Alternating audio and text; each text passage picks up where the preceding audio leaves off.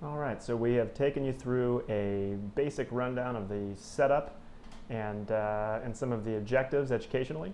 I've now given you a little bit more of a detailed background about the actual equipment that we're using.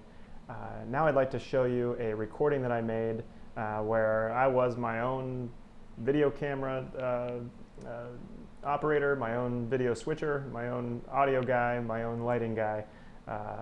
Basically me and a microphone and a camera and a mouse and a keyboard, and just walked you through a demonstration of the scanning of my antecubital fossa. Let me play you a little clip from that. Okay, so I'm now the smaller picture-in-picture, and you can see right away really clear image of the radial nerve there on the lateral side. Left is lateral, right is medial. About 1.5 centimeters deep.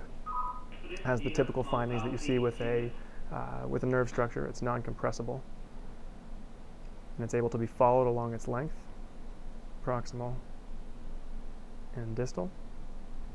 So that was a quick and easy identifier. We could do a nerve block there if we needed radial nerve block distal to the antecubital fossa. Scan a little more medially. See a lot of vessels here. I'd be an easy IV stick. We're going to look for the pulsatile vessel of all those vessels, which is pretty crystal clear there in the middle of the screen, about 0.5 centimeter deep. That's my brachial artery.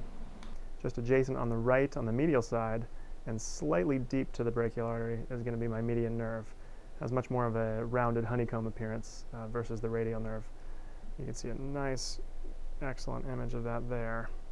And again, typical nerve finding, non-compressible, although the artery is even compressible, and able to be followed along its axis, distal and proximal. And that's just an example of one of many of how we're going to bring in the GE Venue 40, as well as all sorts of other high definition and standard definition video sources into our switcher when we're doing live streaming, as well as video on demand from Duke University Medical Center and essentially any other medical center in the world onto DOCSTREAM.com. So looking forward to talking to you about it more. Okay, so I'm now the smaller picture-in-picture.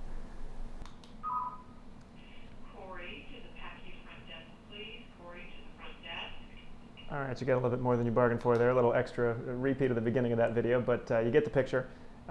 Single cameraman, single switcher, single operator type of live demonstration. In that case, of course, a pre-recorded clip.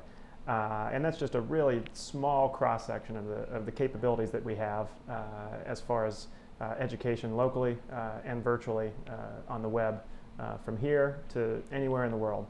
One of the other things that I have a demonstration video of online already is our ability to integrate a live Skype video caller into one of our broadcasts here from the Duke University School of Medicine.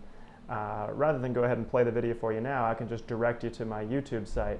If you simply go to YouTube and you search BLOCKJOCKS and Skype, you should be able to find the video demonstrating a very simple demo of how we're going to bring in video callers using Skype during our broadcasts. So refer you to that video for further information on that one.